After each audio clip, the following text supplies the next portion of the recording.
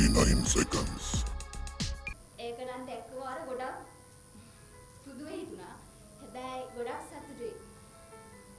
ගොඩාක් ලොකු ටාගට් එකක් මං ගාව තියෙනවා. මට මේ විදිහට කරන්න ඕනි, මගේ සේල්ස් එක හදා ගන්න ඕනි. ගෑනු ළමෙක් වුණාට ගෙදරට වෙලා ඉන්නවට වැඩිය එළියට බහැලා Tamanට පුළුවන් දෙයක් කරන්න පුළුවන් විදිහට සේල්ස් එකක් හදා ගන්න ආස හිතුණා. සාමනෙට යන්න පුළුවන් මාර්ගයක් හදලා දී දෙන්න. මොකද ගොඩාක් කට්ටිය තව දෙනකට යන්නේ තව කෙනෙක්ට යන්න බැරි වෙන විදිහට තත්ත්වයක් හදලා එහෙම කරන්න එපා. අද දවස ගැන හරිම සතුටුයි. මේ ලැබිච්ච අවස්ථාව ගැන ලොකු නිහතමානී ආඩම්බරයක් වගේම ලොකු සතුටක් තියෙනවා.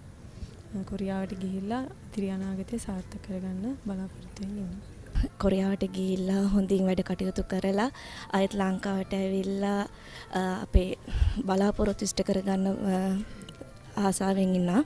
ඒ වගේම මේ වෙලාවේ මගේ ආදරණීය දෙමව්පියන්ටත් මට උගන්වපු ගුරුවරුන්ට සෑම දෙනා ඒ වගේම විදේශ සේවා නියුක්ති කාර්යාංශයට මම බෙහෙවින් ස්තුති ප්‍රශංසා කරනවා අපි වෙනුවෙන් කරපු සෑම උදව්වකටම.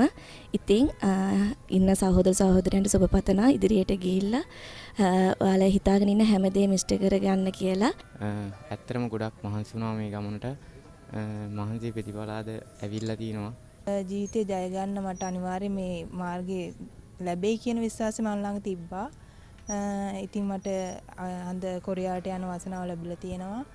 මගේ උත්සාහය තිබ්බා, කැපවීම තිබ්බා. ඉතින් අපි අපේ වැඩ කටයුතු ටික හොඳින් කරගන්න කියලා.